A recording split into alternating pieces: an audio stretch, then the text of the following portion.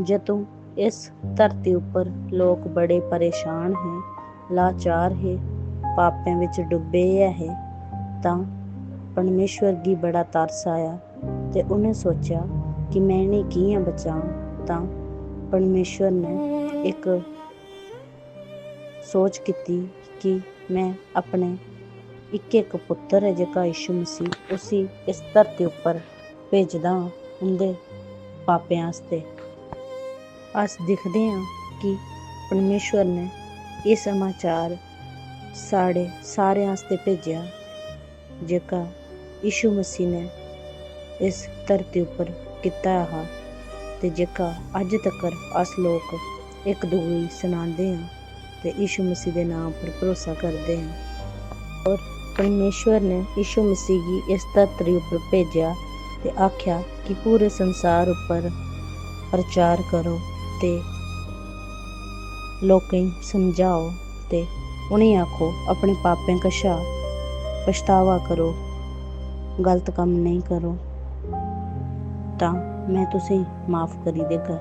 तां यीशु मसीह ने आख्या जेकर इंसान परमेश्वर उपर भरोसा करो तां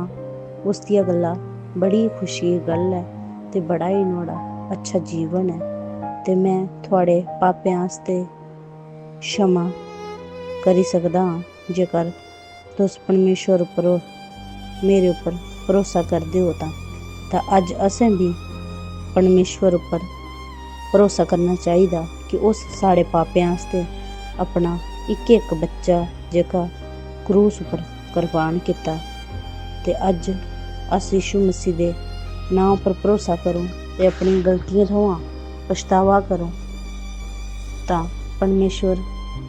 असें भी माफ़ करग। असें लगदा होवे कि हून साढ़ा किश नहीं हो सकदा, अस बड़े पापी हाँ, अस अपने आप गी दोष देना लगी जंदे कि मैं अपना मूँह शीशे विच नहीं दिखी सकदा हाँ,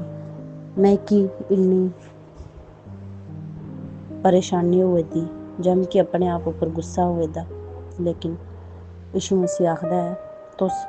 पछतावा करो, माफ़ी मंगो, मैं तुसें माफ़ करगा, मैं तुसें आनंद जीवन देगा,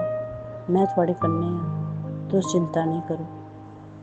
ते जेकर अज थुआढ़ी जिंदगी विच भी कोई इ'यां दी परेशानी है तां तुस भी यीशु मसीह कश आओ ते नुआढ़े उपर भरोसा करो कि परमेश्वर ने यीशु मसीह गी साढ़े पापें आस्ते भेजेआ ते यीशु मसीह साढ़े हर एक पाप माफ़ करी सकदा है।